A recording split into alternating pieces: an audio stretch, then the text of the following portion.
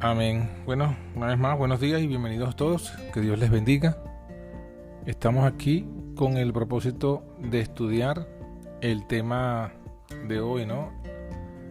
La educación de el rey David. Y esperamos que sea pues de edificación.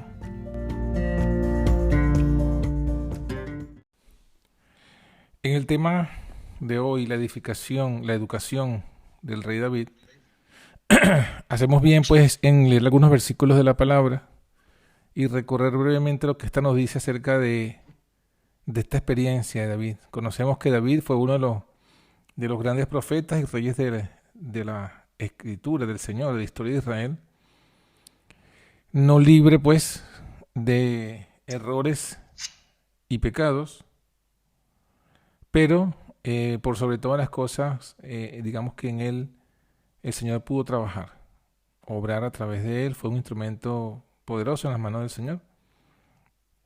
Y la mayoría conocemos pues al rey David, sus caídas y sus victorias.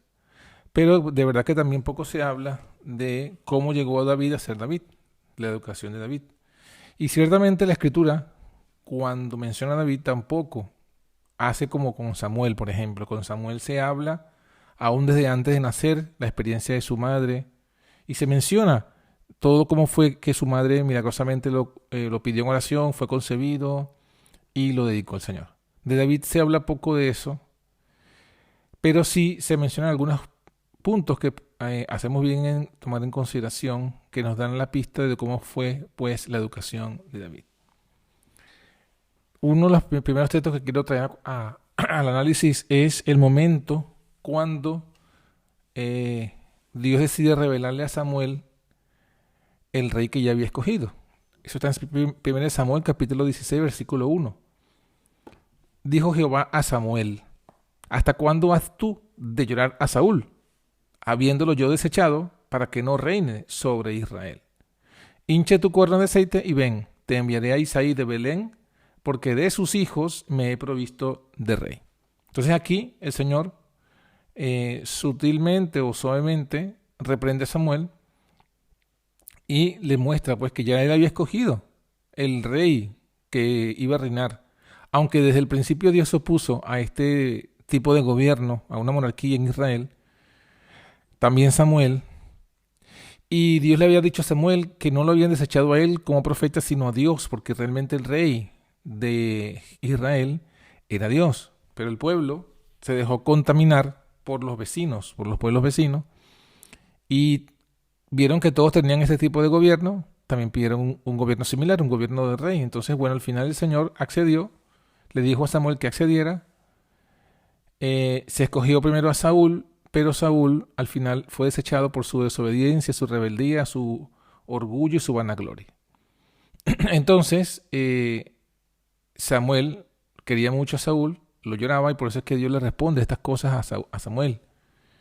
Y lo manda a este lugar, a Isaí de Belén, y lo manda pues obviamente en una misión secreta. Saúl no debía enterarse.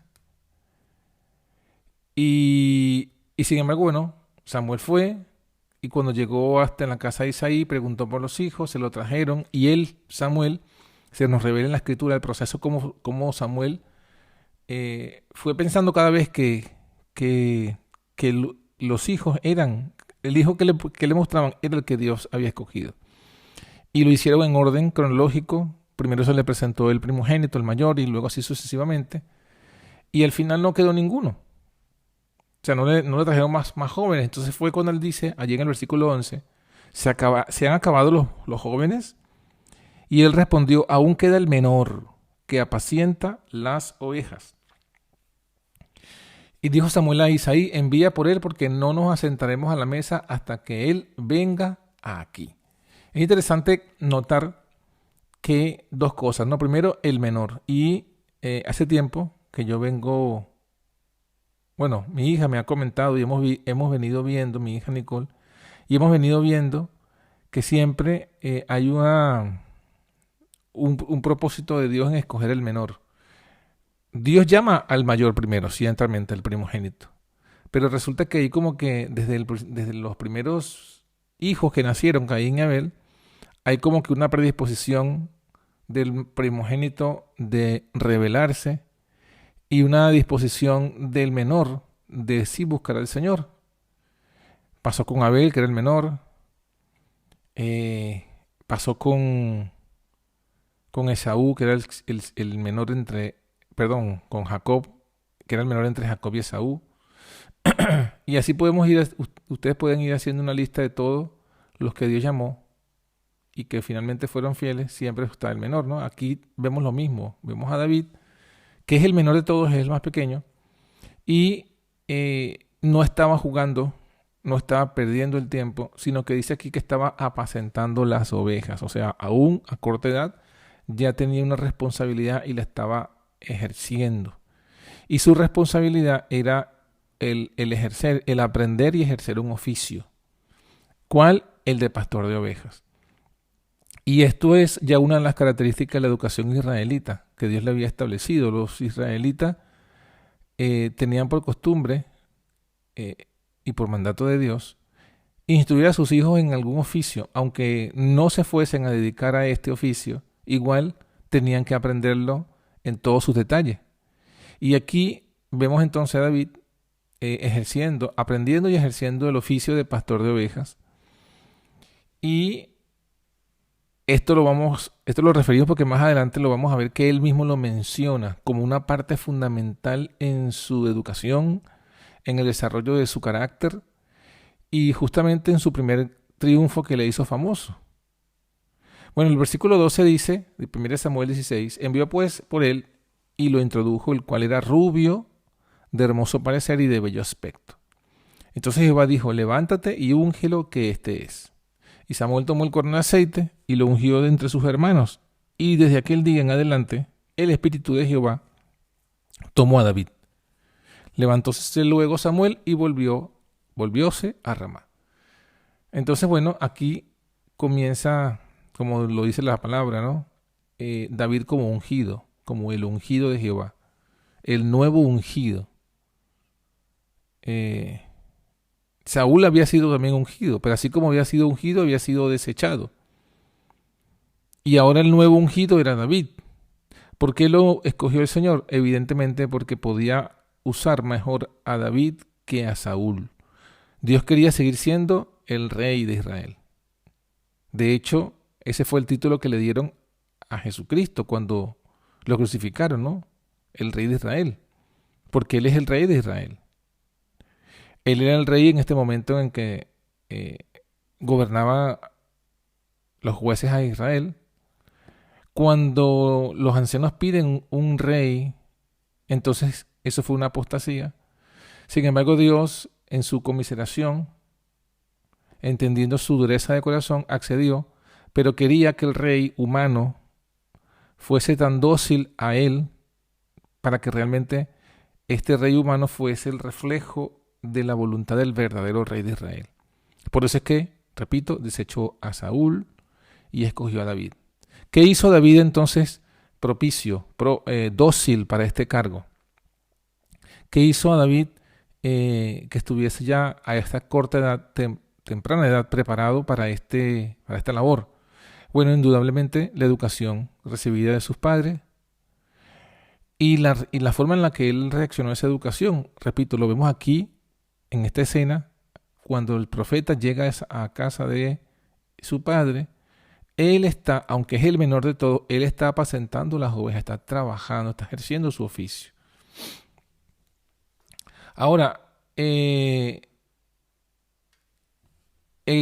capítulo continúa y nos muestra la historia cuando luego se hace reconocido, ¿no?, el espíritu malo que atormentaba a Saúl.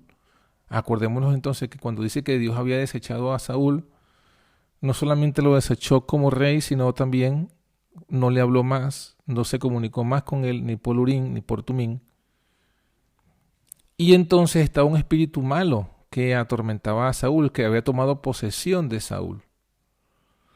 Y nos presenta la Escritura que la única forma en la que Saúl no estuviese sujeto a la influencia de este espíritu malo, fue cuando David fue hasta el palacio, tocó el arpa y su espíritu mejoró. Esto está en 1 Samuel capítulo 16, versículo 23.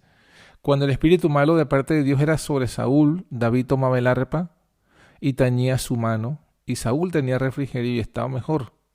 Y el espíritu malo se apartaba de él. Aquí nos muestran otro aspecto de la educación de David. David también no solo estaba educado en el oficio de pastor de ovejas, sino que había tenido una educación musical, porque ejecutaba este instrumento, había aprendido a ejecutar el arpa, y todos los salmos que vemos, una gran cantidad de salmos que vemos en la Biblia, son de autoría justamente de David. O sea que David no solamente era escritor, poeta, sino también músico, y todo esto lo aprendió sin necesidad de ir a una academia de música, sin necesidad de ir a una escuela de música. Y en aquellos tiempos no existía eso. Sin embargo, usted puede leer los salmos llenos de hermosas alabanzas y de grandes verdades que están allí escritas en el libro de los salmos, ¿no? Porque ¿quién era su maestro? El maestro de David era Dios mismo. Él había estado siendo pastor de oveja, su trabajo era en el campo y apartado de las ciudades. Y bueno, su trabajo como pastor le permitía estar allí aislado, en paz, en quietud, contemplando las obras del Dios. Y esa misma contemplación arrancaba de él estas alabanzas, arrancaba de él estas poesías. Y bueno, él pudo pues dedicarse también a eso, ¿no? Era importante y sigue siendo importante la educación musical para alabar a nuestro Dios, para que nuestro espíritu, como vemos aquí, tenga refrigerio, porque lo que pasó con Saúl pasa con todos nosotros, con todos los seres humanos. Los demonios nos tientan, nos atacan, nos agobian, y no hay nada mejor para alejarle el espíritu malos que una música de alabanza. Bueno, el capítulo siguiente, la escena siguiente que podemos hablar de David, es cuando David va a llevarle alimento a sus hermanos que estaban en la guerra y se entera de el desafío que estaba haciendo Goliat contra Israel. Era la guerra entre los palestinos y los israelitas, porque eran los filisteos, y los filisteos, de la palabra filisteo viene la palabra palestino. Palestina se llama hoy día Palestina justamente porque era la tierra de los filisteos. Y esa guerra estaba en esos días, y en ese momento había un temor paralizante para Israel que le impedía ganar la guerra, porque tenían a un gigante entre ellos. Y el gigante había lanzado un desafío. Y el desafío era que escogieran a uno de ellos para que lucharan contra él. Si él ganaba, entonces todo Israel tenía que someterse a los filisteos. Y si ellos ganaban, entonces todos los filisteos tendrían que someterse a Israel. Pero obviamente nadie quería tomar ese encargo porque era un hombre gigante, más poderoso. No había fe en Israel. Y cuando llega David y ve todo el escenario, discierne algo que no habían discernido los demás. Y es que Goliat estaba desafiando al Dios de Israel. No solamente al pueblo, sino al Dios de Israel. Y cuando se desafía el nombre de Dios, Dios actúa. ¿Y por qué Dios actúa cuando se desafía su nombre? No porque sea caprichoso Dios y quiera... se molesta solamente cuando hablan mal de su nombre, pero no le importa lo que pasa con su pueblo. Al contrario, justamente interviene Dios porque ya sabemos desde antes, y lo repite el Nuevo Testamento, que la salvación está en el nombre de Dios. Todo aquel que invocar el nombre del Señor será salvo. Entonces, difamar el nombre de Dios equivale a causar la pérdida de las almas. Por eso es que Dios tiene que interponerse para que su nombre sea honrado, porque su nombre es salvación. Y como Dios desea la salvación de los seres humanos, se asegura que aquello que es la salvación, el invocar su nombre, esté bien claro, establecido, bien definido, justamente para que esté la posibilidad de los hombres ser salvos. Fíjate que lo mismo dijo Dios a Faraón: te he puesto para glorificar mi nombre sobre toda la tierra. Pero no es porque Dios no lo veamos con los ojos nuestros.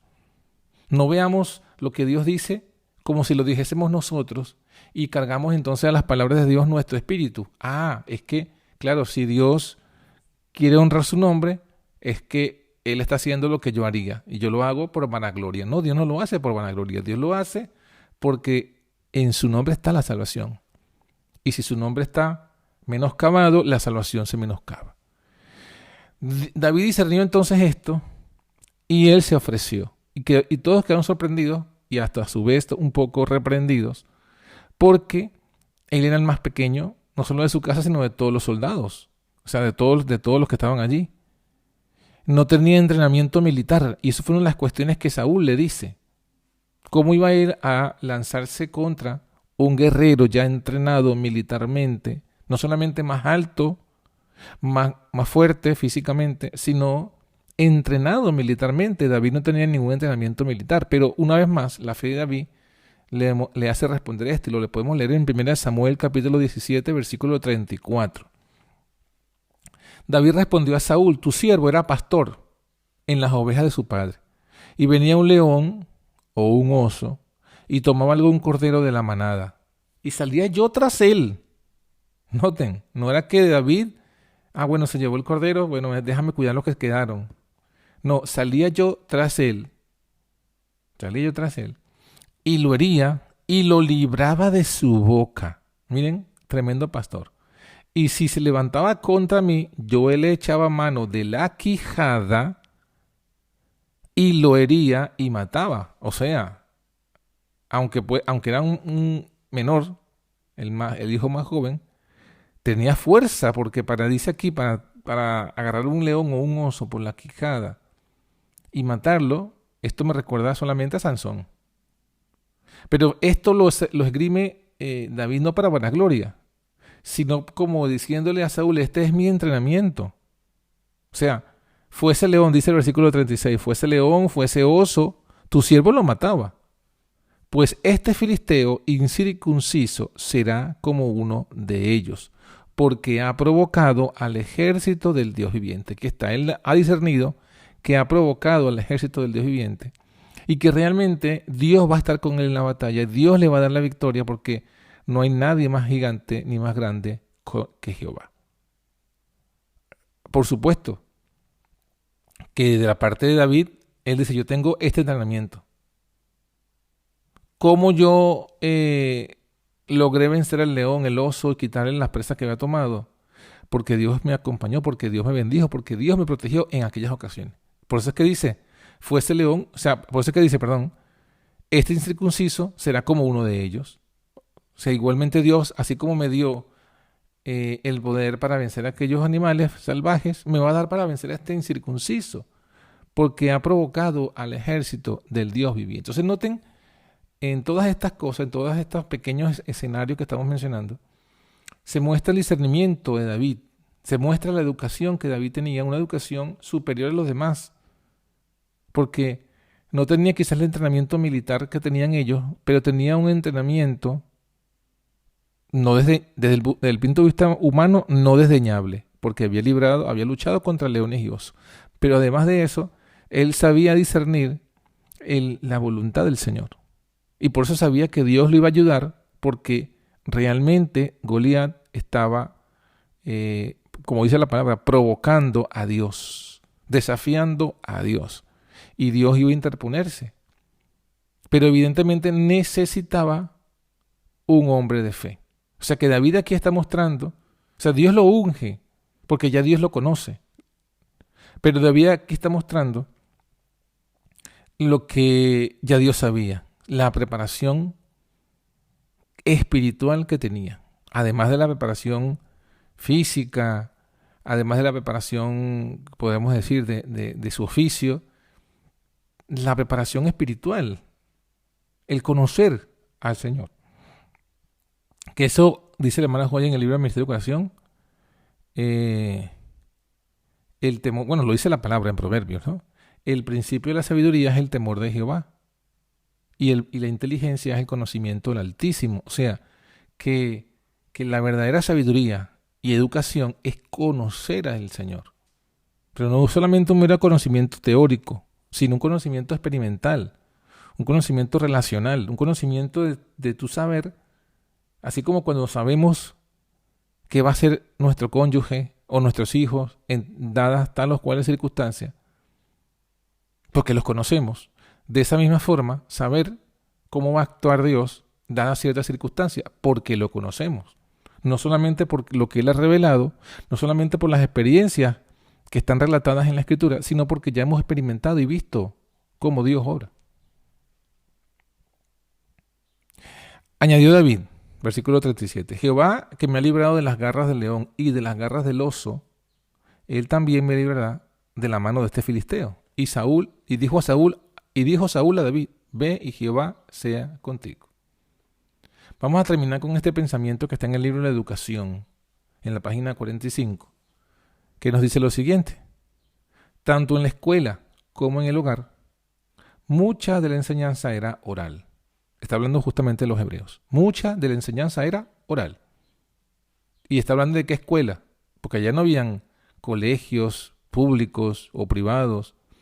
Bueno, el contexto, si usted lo va a leer luego, Educación, página 45, el contexto está hablando de las escuelas de los profetas, que justamente fundó Samuel, una escuela de profetas.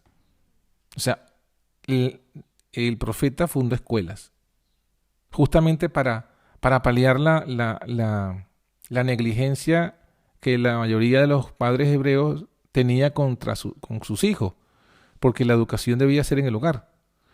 Pero para paliar esa circunstancia, Samuel fundó escuelas de profetas. Y es a esta que se refiere la cita. Tanto en la escuela como en el hogar, mucha de la enseñanza era oral. Pero los jóvenes aprendían también a leer los escritos hebreos y se ofrecían a su estudio los pergaminos de las escrituras del Antiguo Testamento. O sea, estudiaban también las escrituras. En esas escuelas, los principales temas de estudio eran la ley de Dios, con las instrucciones dadas a Moisés, la historia y la música sagrada y la poesía. Noten, materias de estudio, repito, la historia, primero, la ley de Dios. Segundo, las instrucciones dadas a Moisés, que sería la ley de Moisés. Tercero, la historia. Cuarto, la música sagrada. Quinto, la poesía. O sea, que habían por lo menos 5 materias de estudio. En los relatos de la historia sagrada se rastreaban las pisadas de Jehová.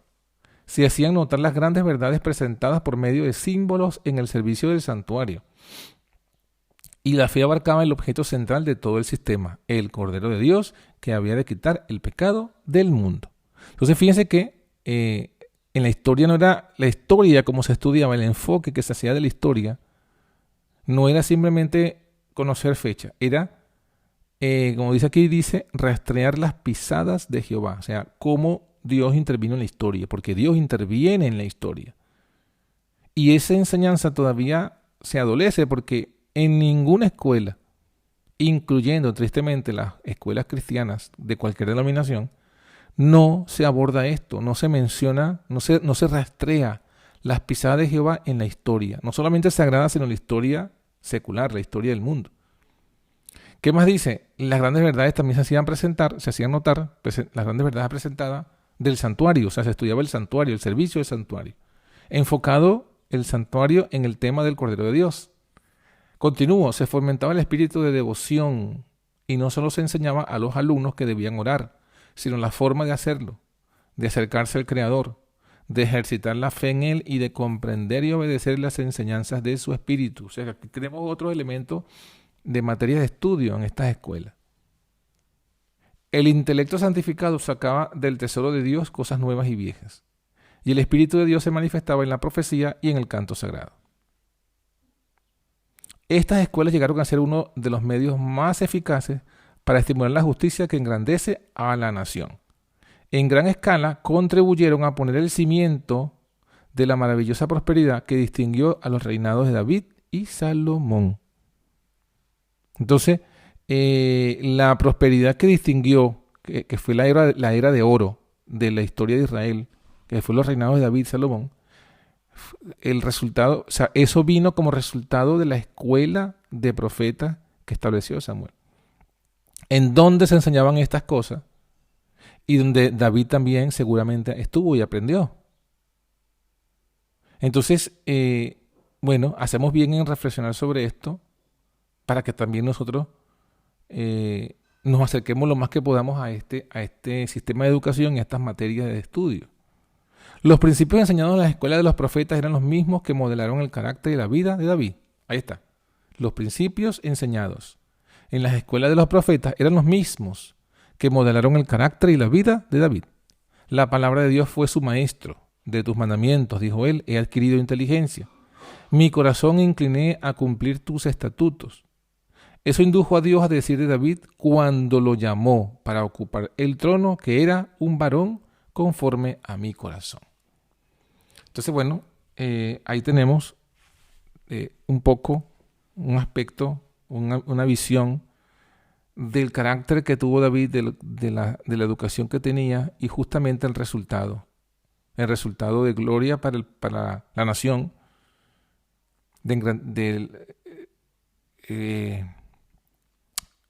cómo se reflejó en esa edad dorada de la historia de Israel. Más allá, por supuesto, como ya hemos dicho, de sus errores. Pero todo radicó justamente en esa educación. Y hacemos bien nosotros en educarnos así, porque no solamente la educación debe ser para los jóvenes o los niños. Cuando nosotros vemos la historia de Moisés, Moisés comenzó a estudiar en la escuela del Señor a la edad de 40 años, cuando salió huyendo de Egipto.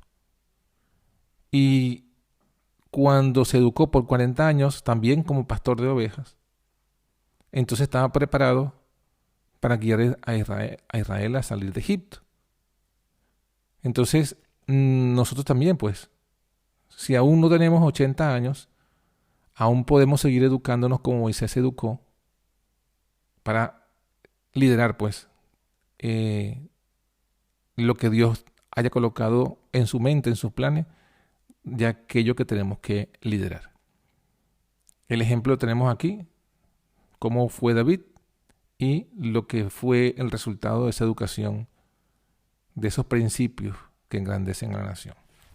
Bueno, que el Señor nos bendiga y que tengamos un feliz día y bendecido día en el Señor.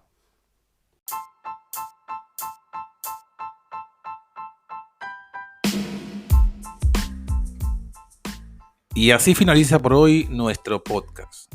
Somos la Antorcha Profética. Te invitamos a que nos sigas en nuestras redes sociales y en nuestra página web, antorchaprofética.com. Que Dios te bendiga.